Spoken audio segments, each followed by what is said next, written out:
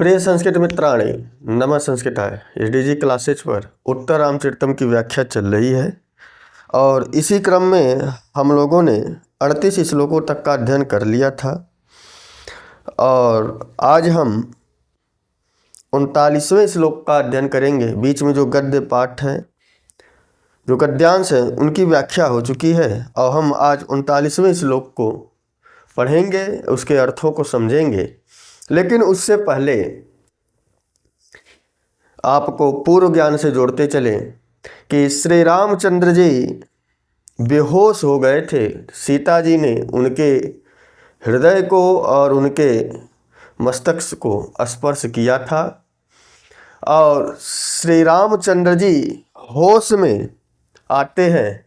तो आप पिछला वीडियो देखेंगे तो उसमें वासंती यही कहती है कि श्री रामचंद्र जी भाग्य से होश में आ गए हैं और यहीं पर हमने कथानक समाप्त कर दिया था। अब उसके आगे फिर जब राम होश में आते हैं तो श्लोक के नीचे लिखा होगा सानंद निमिलिताच, अर्थात आनंद के साथ वह आंखें बंद किए हुए हैं और बंद आँखों के द्वारा वह कुछ कथन करते हैं। प्रहर्षणी छंद है और प्रहर्षणी छंद में 13 वर्ण होते हैं, 3 और 10 पर यति होती है। तो आइए, जब वासंती कहती है कि राम भाग्य से होश में आ चुके हैं या भाग्यवशात रामचंद्र जी को होश आ गया है और रामचंद्र जी को जैसे ही होश आता है वह आंख बंद किए हुए कहते हैं आलिम्पन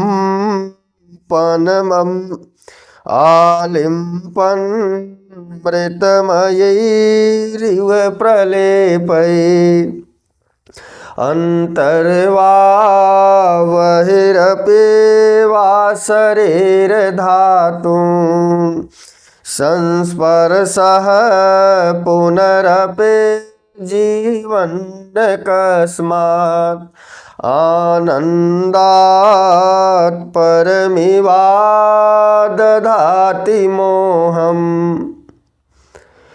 इस श्लोक के माध्यम से कहते हैं कि आलिम्पन माने आलिप्त करता हुआ, और वह आलिम्पन कैसा है तो तीसरी लाइन में लिखा है संस्पर्श। वह जो मुझे लिप्त कर रहा है, मुझे लेपन का एहसास दिला रहा है, वह लेपन संस्पर्श है। माने वह कोमल हाथ का आलिम्पन मुझे क्या कर रहा है तो बोला अमृत, और लिया है मई इव प्रलेपई, माने ऐसा लगता है कि मेरे शरीर पर लिखा है अंतरवा, अंदर, और बहिरपिवा, और बाहर, मेरे शरीर के अंदर और बाहर। शरीर धातु माने शरीर के अंदर और बाहर। तो शरीर के बाहर माने त्वचा पर, और शरीर के अंदर अर्थात रक्त, मांस, मज्जा, अस्थि, यह सारी अन्य चीजें होती हैं। माने जो हाथ मुझे स्पर्श किया, और वह हाथ कैसा था कि मेरे शरीर के अंदर की धातुओं को और शरीर के बाह्य धातुओं को, माने अंदर की धातु में रक्त, मांस, मज्जा, अस्थि, और बाह्य धातुओं में आ जाएगा त्वचा, कि इन पर स्पर्श करता हुआ वह स्पर्श कहता था बोले अमृत के समान था। जैसे लगता था किसी ने अमृत का लेप लगा दिया हो, उस अमृत के लेप से आलिंपन करता हुआ, लिप्त करता हुआ संस्पर्श है। कोई हाथ मेरे इस शरीर को स्पर्श करता हुआ कोमल हाथ दिया है। पुनरपि, पुनः भी क्या कर रहा है, जीवनम, मेरे जीवन को दे रहा है। वह जब सीता जी ने राम जी को मस्तक से और हृदय पर स्पर्श किया तो राम जी को जब होश आया तो वासंती कहती है कि भाग्यवशात श्री रामचंद्र जी को होश आ गया। तब वह होश कैसे आया, तो रामचंद्र जी को वह स्पर्श कैसा लगा, तो वह बता रहे कि वह स्पर्श अमृत के प्रलेप के समान था, अमृत के लेप के समान था। और वह लेप मेरे शरीर के अंतर अपिवा और बाहर अपिवा शरीर धातुन, मेरे शरीर के अंदर और बाहर प्रलेप को करते हुए, आलिंपन करते हुए, माने लिप्त सा होता हुआ ऐसा कोमल स्पर्श पुनः अपि, मेरे को पुनः माने दोबारा क्या कर रहा है, जीवनम जीवयन माने मेरे जीवन को दोबारा दे रहा है। और आगे बताया कि अकस्मात एक तरफ श्री रामचंद्र जी मूर्छा से जागृत हो रहे हैं और दूसरी तरफ आनंद की मूर्छा उन्हें घेर रही है। इसीलिए चौथे लाइन में बताया कि अकस्मात माने एकाएक, आनंदात आनंद के कारण परमिव अदधाति मोहम, और मैं दूसरी तरफ अपर माने होता है कि दूसरी तरफ मुझे अन्य प्रकार की मूर्छा, अदधाति माने घेर रही है या दूसरी प्रकार की मूर्छा मुझे आ रही है। एक स्पर्श बताया श्री रामचंद्र जी ने कि वह जो अमृत जैसा स्पर्श था, अमृत के लेप जैसा स्पर्श था, मेरे शरीर के अंदर व बाहर ऐसा लिप्त हुआ कि मेरा पुनः जीवन, मैं पुनः होश में आ गया, कि मेरा जीवन पुनः हो गया, मैं पुनः जीवित हो गया। लेकिन दूसरी तरफ उसी हाथ के स्पर्श से मैं इतना आनंदित हुआ, इतना आनंदित हुआ कि अब मैं सुख की अवस्था में मूर्छित होते जा रहा हूँ। यह इस श्लोक के माध्यम से बताया गया।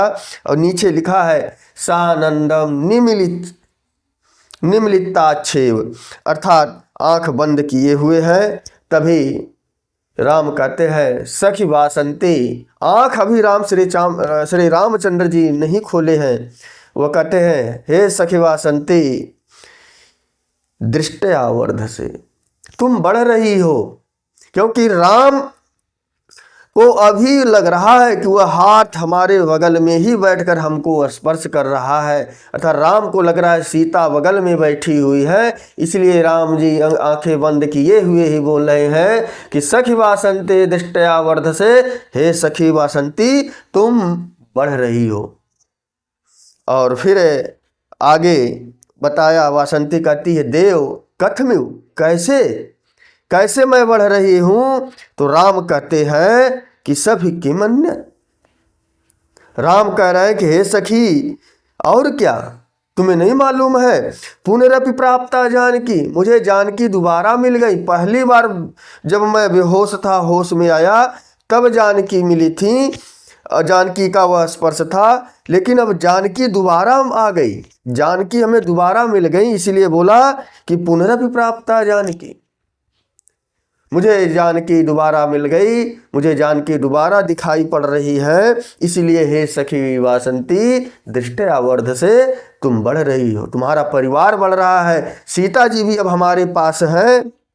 वासंती कथी आय देव राम भद्र, अरे देव कौसा, वह कहाँ है, हे महाराज श्री रामचंद्र जी वह सीता कहाँ है।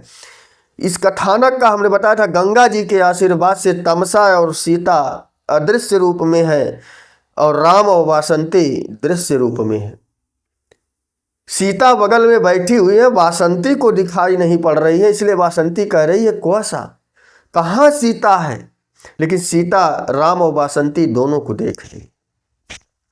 तो इसीलिए यहां बताया वासंती अय देव राम भद्र कौसा, अरे महाराज जी सीता कहाँ है, कहाँ है। तो राम कहते हैं स्पर्श सुखम अभनीयम, राम स्पर्श का सुख या स्पर्श का आनंद का अभिनय करते हुए, क्योंकि सीता अभी राम के बगल से हटी नहीं, उनके सुख का, उनके स्पर्श के सुख का अभिनय कर रही है।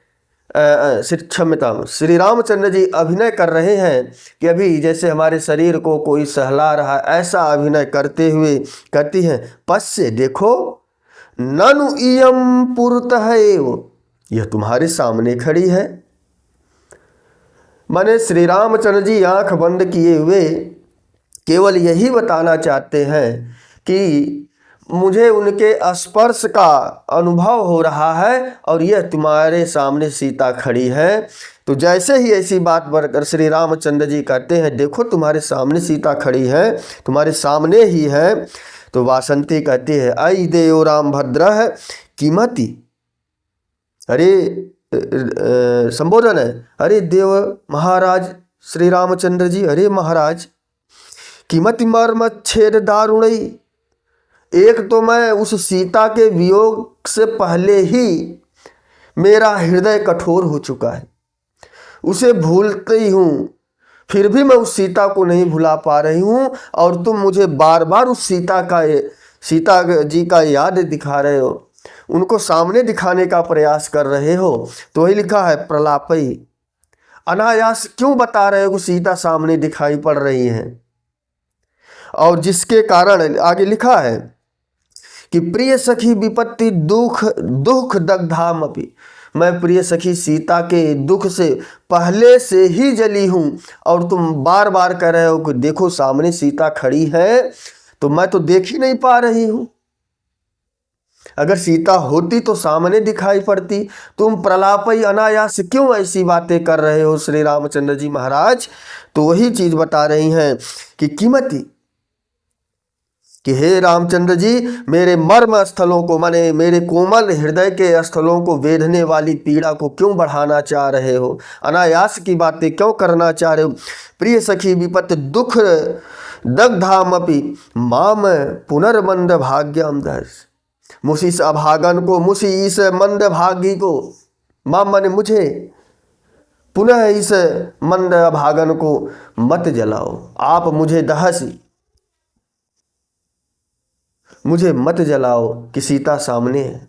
मैं देख रही हूँ यहाँ कहीं सीता नहीं है, लेकिन बार बार सीता विषयक बातें उठाकर मैं तो पहले ही सीता के वियोग से जो है जली हुई हूँ, और उनका याद दिला दिला कर तुम अगर इस प्रकार से जलाओगे तो मुझ ऐसी अभागन को मुझे बार बार सीता रूपी वियोग में मत जलाओ। ऐसा श्री जो है वासंती कहती है।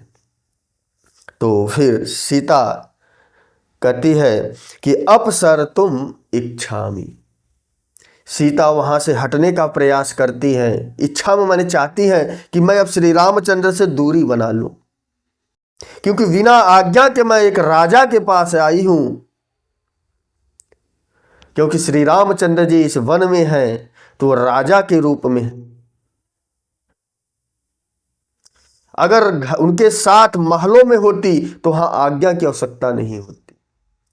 इसलिए सीता जी डर जाती है और अपसरतुम इच्छामि, वो वहां से सरकना चाहती, बिना आज्ञा के मैंने श्री रामचंद्र जी को स्पर्श किया है। इसीलिए ऐसा पुनः चिर प्रणय संभार्य, इस प्रकार से पुनः माने दोबारा, चिर माने लंबे, प्रणय माने प्रेम के कारण 12 वर्षों का वियोग था। और इसीलिए यहाँ पर कवि ने बताया अपनी रचना के माध्यम से, चिर प्रणय माने लंबे काल का जो प्रेम था, और वह प्रेम संभार बन गया, समूह बन गया। लंबे प्रेम वियोग के कारण, अर्थात लंबे प्रेम समूह, चिरकाल तक प्रेम समूह के कारण क्या हुआ, वह स्पर्श सौम्य था, शीतल था, कोमल था और शीतल था। और आगे देख लीजिए, दिया है आर्यपुत्र स्पर्शेन, आर्यपुत्र के स्पर्श के द्वारा। लेकिन अभी इसका अर्थ यहाँ नहीं निकलेगा, क्यों कि लाइन आगे पीछे दे दी गई है। तो प्रणय संभार्य सौम शीतलेन, अर्थात दीर्घकालीन प्रेम समूह के कारण, दीर्घकालीन माने लंबे काल के प्रेम समूह के, बहुत लंबे समय से सीता जी से और राम जी की मुलाकात हुई, 12 वर्षों बाद हुई। दीर्घ दारुणमपि, दीर्घ माने लंबा, दारुण माने कठोर, लंबा और कठोर। और आगे बताया लंबा और कठोर, लिखा है संताप उल्लंघयता, संताप उल्लाघयता। संताप माने कष्ट को, उल्लाघयता माने कम कर देने वाला, झटति माने तुरंत। वह स्पर्श ऐसा था कि जो संताप को तुरंत कम कर देता था। और लेकिन मैं तो वहां से हटना चाह रही थी। पहली ही लाइन में लिखा है कि अपसर्पतु इच्छा, मैं तो उसे वहां से हटना चाहती थी, लेकिन लंबे प्रेम के कारण, लंबे वियोग के कारण जो प्रेम का समूह बन गया था, और वह समूह कैसा था, तो बोले सौम्य माने सुखद और शीतल। सौम्य शीतलेन, सुखद और शीतल होने के कारण, दारुण, दीर्घ दारुण, लंबा और कठोर होने के कारण, जो संताप को, संताप लिखा है संताप मूलाघ्यता, माने संताप को कम करने के कारण। और कम कैसा लिखा है झटती, झटिति माने तुरंत कम कर देने वाले, वज्र लेपोनबद्धे, वज्र के समान। वज्र एक सीमेंट होता था, जैसे आज के समय में कह ले पीओपी, प्लास्टर ऑफ पेरिस, उसको गीला करके तुरंत लगाइए तो तुरंत जम जाता था। तो सीता जी का भी हाथ कैसा हो गया, वज्र लेपोन, लेप उपनद्ध है, वज्र के समान उपनब्ध हो गया माने जुड़ गया। और इव परयस्त व्यापार है, और हाथ में जो हलचल थी छुड़ाने की, खींचने की, हाथ भी परयस्त व्यापार हो गए, अर्थात इसकी क्रियाएं सारी बंद हो गई। माने हाथों में ऐसा लगा जैसे सीमेंट लगा दिया गया, सीमेंट का लेप लगा दिया हो, हाथें अब हिल नहीं रही हैं, हाथों में थोड़ी सी भी जो है क्रिया नहीं हो रही।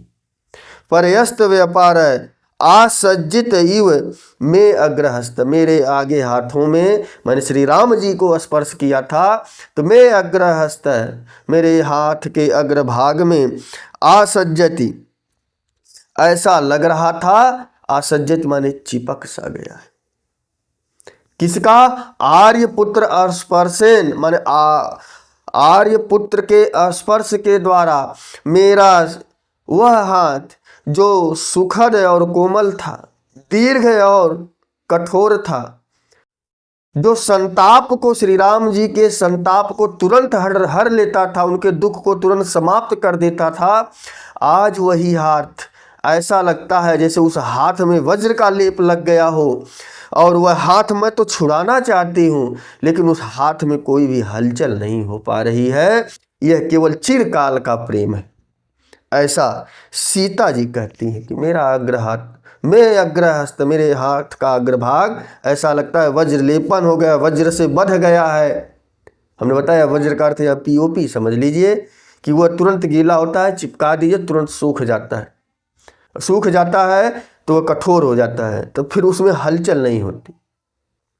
उसी तरह सीता जी का भी हाथ उस राम के हाथ से चिपक गया। इतना ही जब सीता जी कहती हैं, तो इसके पहले आपने संवाद पढ़ा था कि मर्म छेद दारुणय अति प्रलापय, कि तुम, बासंती कहती है ना कि तुम अनायास ही क्यों बातें कर रहे हो, अनायास इस तरह की बातें क्यों कह रहे हो कि सीता सामने खड़े। तो वहां से कथानक तुरंत यहाँ बदल गया, बीच में सीता जी का कथानक आ गया, लेकिन ऊपर जब बासंती के बाद फिर तुरंत राम जी कह रहे, बीच में सीता का कथानक आ गया था। तो अब यहाँ पर देखिए राम कहते हैं सखी कुतः प्रलाप है, तुम कह रही हो कि हम प्रलाप कर रहे हैं, वही लिखा है राम है सखी कुतः प्रलाप है, तुम इसे प्रलाप बता रही हो, मैं बताता हूं कि वह हाथ कैसा था। और तभी शिखरणी छंद में श्री रामचंद्र जी कहते हैं, गृहे तो यह पूर्वम परिणय विधौ कंकणतर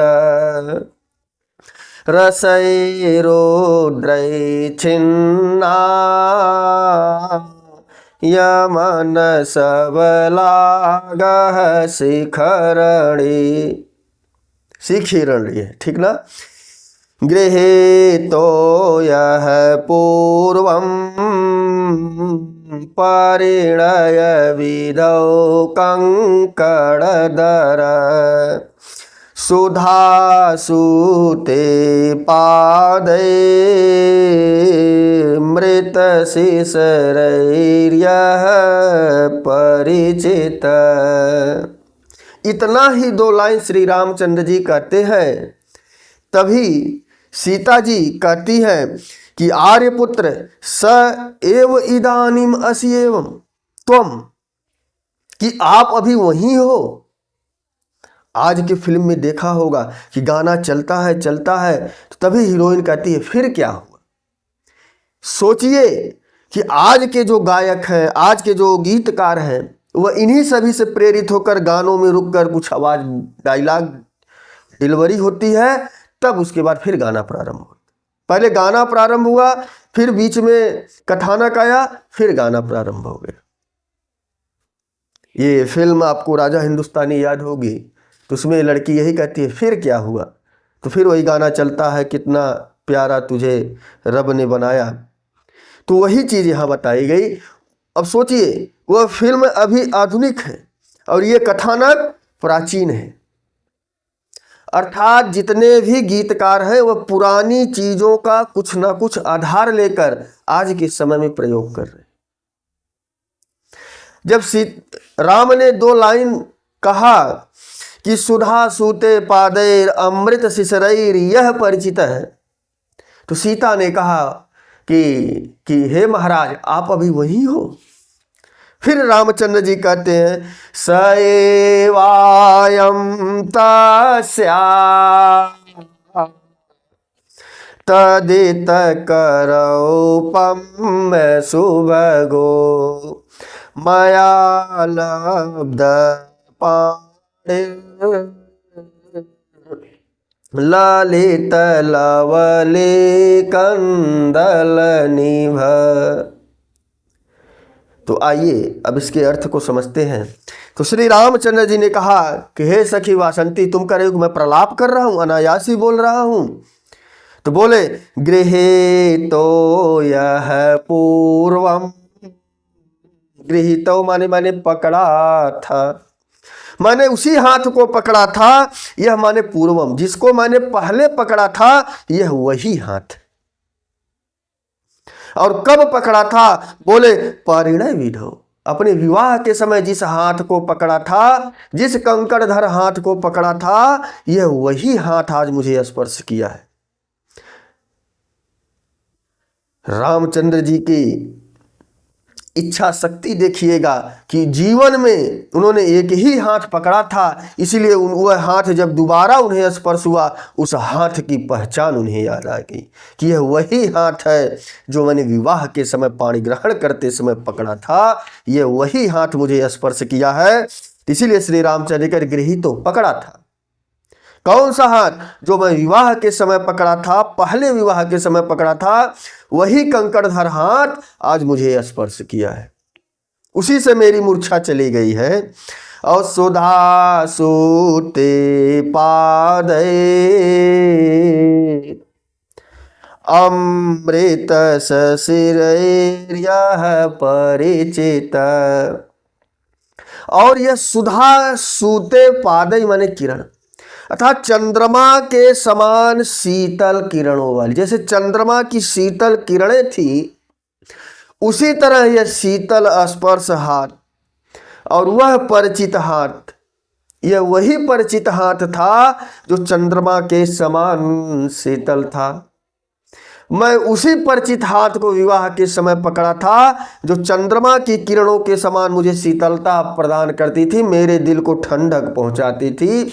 आज वही हाथ मुझे स्पर्श किया है और मेरे दिल को ठंडक पहुंचा दिया है।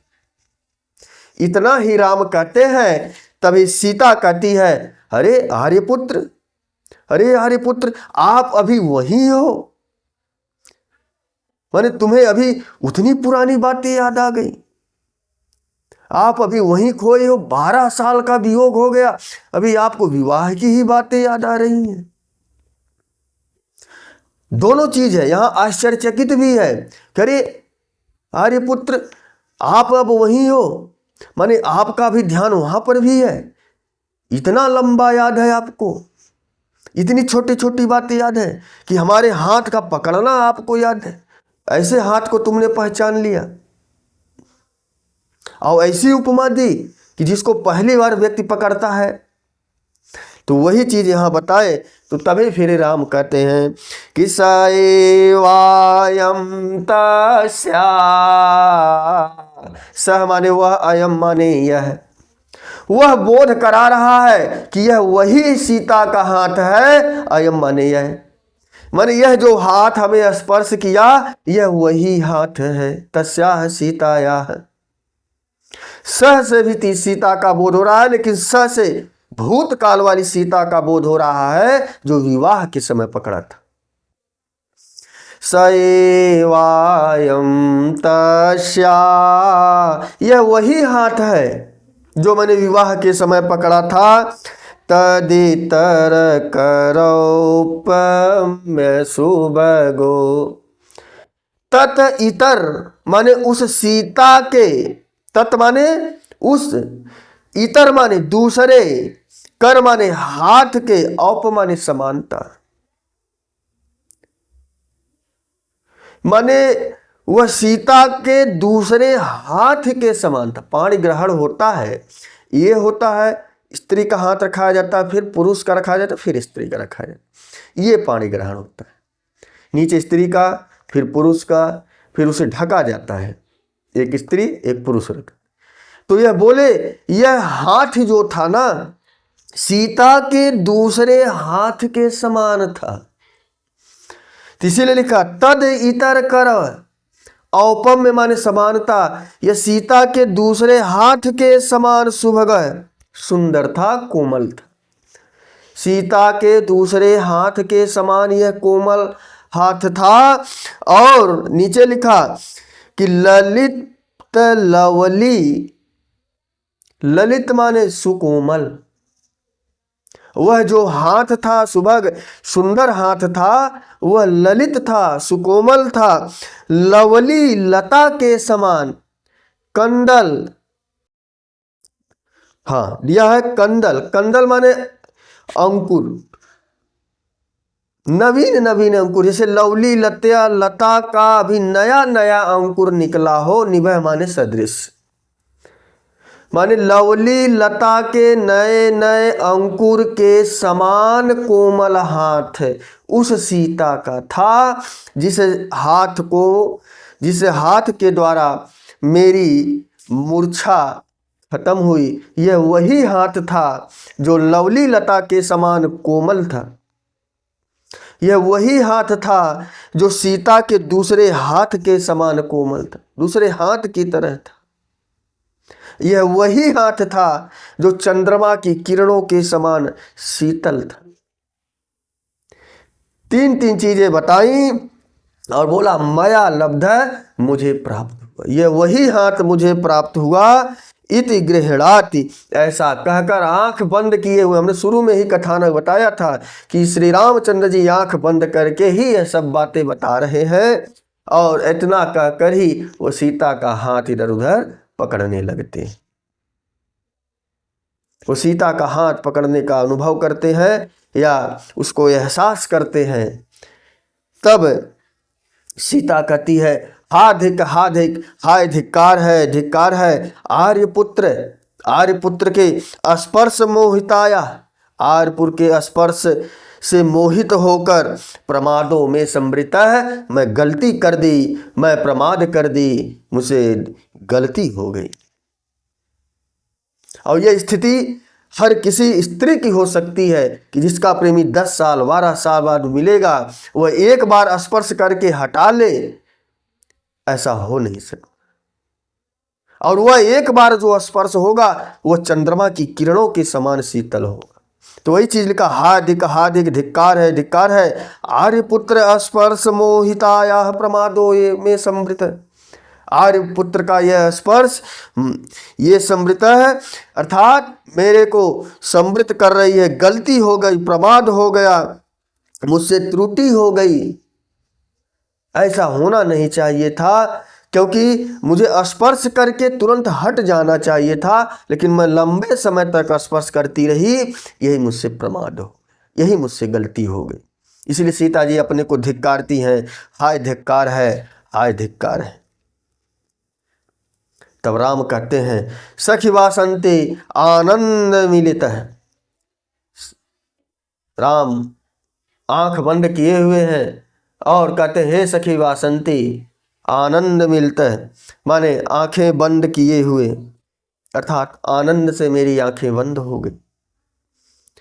प्रिया स्पर्श साध्वसेन, अर्थात प्रिया के स्पर्श से, प्रिया स्पर्शेन, प्रिया के स्पर्श से, साध्वसेन, जिससे साध्वसेन माने मैं क्षोभ,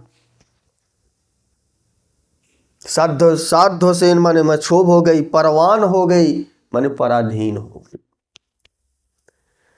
कह रहे हैं अस्मि माने हूं, मैं उत्तम पुरुष का कर्ता है, इसीलिए अस्मि का प्रयोग हुआ। तो कर्ता मैं के लिए प्रयोग हो रहा है कि आनंद मिलित, आनंद से मेरी आंखें बंद हो गई हैं। श्री रामचंद्र जी वासंती से बता रहे, सखी वासंती मैं सीता के स्पर्श मात्र से मेरी आंखें आनंद के द्वारा बंद होती जा रही हैं और मैं उन्हीं के पराधीन होता जा रहा हूं। मेरा शरीर उन्हीं की तरफ आधीन होता चला जा रहा है, उन्हीं में समाहित होता चला जा रहा है। तत्त्वमपि धारय माम, मुझे गिरने से बचाओ, मुझे गिरने से बचाओ। मैं उन्हीं की तरफ झुका चला जा रहा हूँ, मैं उसी के अधीन होता चला जा रहा हूँ, सीता के स्पर्श मात्र से मैं उसी में विलीन होता चला जा रहा हूँ। इसीलिए कह रहे हैं धारय माम, मैं मुझे बचाओ, मुझे गिरने से बचाओ, मुझे पकड़ो। ऐसा श्री रामचंद्र जी आनंद से आंख बंद करते हुए वासंती से कहते हैं। तभी वासंती कहती है कष्टम उन्माद इयो, लगता है श्री रामचंद्र जी उन्माद में आ गए हैं, उन्मत्ता अवस्था में आ गए हैं। उन्माद का एक अर्थ पागल भी होता है। ऐसा देखिए, श्री रामचंद्र जी के लिए पागल कहना अनुचित है, लेकिन उन्माद का अर्थ क्या है कि प्रेम का जो पागलपन है। वासंती यहां यह कहना चाहती उन्माद कि राम उन्माद में आ गए हैं, उन्मत्ता अवस्था में आ गए हैं, उससे अच्छा है राम प्रेम में पागल हो गए हैं, पगलिया गए हैं, ऐसा वासंती कहती है। तभी सीता संसभ्रमम हस्तमाक्षिप्यम अपसर्पयति, तभी सीता अचानक से हाथों को छुड़ाकर वहां से सरकना चाहती है। अपसर्पति माने हटना चाहती है सीता जल्दी से, इसीलिए लिखा है संसंभ्रमम, संसंभ्रमम माने सीता वहां से हटना चाहती है, जल्दी से हटना चाहती हैं, इसलिए अपने हाथ को छुड़ाकर जल्दी से वहां जाना चाहती हैं। तभी राम सीता जी से, राम का हाथ अब सीता जी से छूट गया। अभी तक पकड़े हुए थे, लेकिन अब जब हाथ छूटा तभी राम कहते हैं हाधिक प्रमाद है, हाय धिक्कार है, भूल हो गई, भूल हो गई। और भूल क्या हुई, नीचे आर्या छंद में श्लोक आया कि कर पल्लव सतस्या सहसैव जडो जडात् परिभ्रष्टः परिकंपिनः प्रकंपे करान् मम सिद्धतः स्वेदन। इस श्लोक में विशेषण विशेष है, आर्या छंद में लिखा गया। जो पंचमी से युक्त पद होगा वह राम के लिए आया है, जो प्रथमांत पद होंगे वह सीता के लिए आए। हाय भूल हो गई, हाय धिक्कार है, भूल हो गई। क्या भूल हो गई, अब वही बता रहे हैं कि कर पल्लव है, पल्लव के समान कोमल सह माने वह, तस्याह सीतायाह, सीता जी का वह जो पल्लव के समान कोमल हाथ था वह कैसा था, तो आप इस श्लोक में देखेंगे कि जो प्रथमांत पद होंगे, प्रथमांत पद क्या क्या है? जडह, जडो लिखा है, जडह माने अस्तब्ध। फिर लिखा है जडह के बाद प्रकंपी, प्रकंपी भी प्रथमांत है, इसीलिए सीता, कांपता हुआ हाथ। जडह माने अस्तब्ध हाथ, प्रकंपी माने कांपता हुआ हाथ, और सुद्यन अंत में लिखा है सुद्यन, पसीने से युक्त हाथ। तो हो जाएगा कि जडह प्रकंपी सुद्यन, जडह प्रकंपी सुद्यन तस्याः सह कर पल्लव, माने उस सीता जी का पल्लव के समान कोमल हाथ। जडह माने अस्तब्ध, प्रकंपी माने कंपन से युक्त, सुद्दन माने पसीने से युक्त, तस्याः सीतायाः, सह माने सीता का ही बोध होगा, वह कैसा? कर पल्लव, पत्ते के समान कोमल हाथ। क्या हुआ? अब जितने पंचमी से युक्त पद होंगे वह आ जाएंगे। तो दूसरी लाइन के बीच में देखिएगा लिखा हुआ करात, कि मम करात, मेरे हाथ से, मम करात मेरे हाथ से। तो मम करान मम लिखा है, तो इसको उल्टा करिए, मम करात मेरे हाथ से। अब जितने पंचम से युक्त पद होंगे वह रामचंद्र जी के हाथों का विशेषण विशेषक भाव बोध करेंगे। पहला लिखा जडात, जड़ों के बाद जडात लिखा कि मम करात जडात परिकंपिनः शुद्धतः।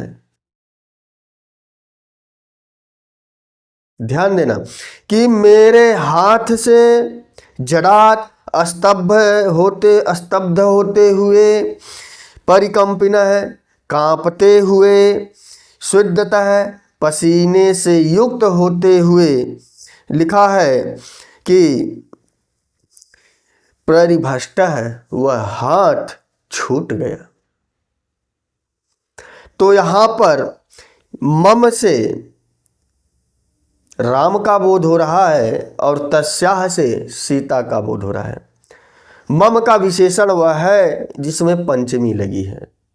पंचमी किसमें किसमें लगी है? जडात परिकंपिनः शुद्धतः, ये राम के विशेषण, राम के हाथों का विशेषण है। और तस्याः से सीता का विशेषण, सीता का बोध हो रहा है। तो जितने प्रथमांत पद हैं, जडह, प्रकंपी और सुद्यन, यह सीता के हाथों का विशेषण। साधारण सार्थ है, केवल विशेषण विशेष भाव समझना है। ज्यादा विशेषण विशेष भाव होने से ये श्लोक थोड़ा सा कठिन होगा, लेकिन आप इसको बार बार देखेंगे, बार बार समझने का प्रयास करेंगे। किताब के सामने खोलकर रख कर अगर इसको देखेंगे और फिर इन वचनों को सुनेंगे तो तुम्हें मालूम हो जाएगा कि तस्याः सीतायाः, सीतायाः का तो बोले सह कर पल्लव, सीता का जो पल्लव के समान कोमल हाथ था, वह कोमल हाथ कैसा था? बोले जड़ा है, स्तब्ध हो गया था, हिल नहीं रहा था, एकदम शांत पकड़े हुए था। प्रकंपी, हल्का हल्का उसमें कंपन हो रहा था और वह पसीने से युक्त हाथ था। वह हाथ लिखा मम करात, मेरे हाथ से। तो मेरा भी हाथ कैसा था? तो बोले जडात, माने स्तब्ध था, और प्रकंपिना है अर्थात कांपता हुआ था, अस्विदता है और पसीने से युक्त था। वही हाथ मेरे हाथ से छूट गया। दोनों विशेषण विशेष दोनों के लिए एक ही प्रयोग हुए हैं, बस अंतर है कि जो प्रथमांत है वो सीता के हाथ के लिए प्रयोग हुए हैं, जो पंचमी से युक्त है वो श्री रामचंद्र जी के हाथ के लिए। श्लोक का साधारण सा अर्थ यही था कि मेरा वही हाथ छूट गया जो स्तब्ध, कांपता और पसीने से युक्त हाथ था, वो मेरे स्तब्ध और कांपते और पसीने से युक्त हाथ से वह हाथ छूट गया। बस इतना ही श्री रामचंद्र जी कहते हैं। तभी सीता हाधिक हाधिक अद्याप अनुबद्ध बहु घूर्णमान वेदनम न संस्थापयामि आत्ममानम। ध्यान देना कि हाय धिक्कार है अद्या माने अद्य माने आज भी, अपि अनुबद्ध माने लगातार निरंतर, बद्ध माने विद्यमान माने आज भी लगातार निरंतर, घूर्णमान वेदम बहु लिखा है, बहु माने अत्यधिक, घूर्णमानम विधेनम क्षोभ की वेदना से, घूर्णमानम क्षोभजन्य, वेदनम माने वेदना से, न संस्थाप्यामि अर्थात मेरे को अभी तक संभाल नहीं पा रहे, आत्मानम माने मुझको, मेरे को श्री रामचंद्र जी की निरंतर और अत्यधिक क्षोभजन वेदना, वियोग जन वेदना से मैं खुद को अभी तक मैं अपने आप को संभाल नहीं पा रही हूँ। अद्य माने या आज, अपि माने भी, माने आज भी मैं अनुबद्ध निरंतर विद्यमान, बहु माने अत्यधिक, घूर्णमानम सानच प्रत्यय लग गया कि क्षोभजन वेदनम माने वेदना को, न माने नहीं, संस्थाप्यामि संभाल नहीं पा रही हूँ, आत्मानम माने अपने आप को, मैं अपने आप को अभी भी उस क्षोभजन वेदना को, वेदना से मैं खुद को नहीं संभाल पा रही हूँ। इतना सीता जी कहती। तो कथानक लंबा ना हो जाए तो बस आज इतना ही रखते हैं, शेष अगले भाग में। तो वीडियो कैसी लगी कमेंट बॉक्स में अवश्य बताइएगा। तो बस आज के लिए इतना ही। नमः संस्कृताय, शुभ संध्या, शुभ रात्रि।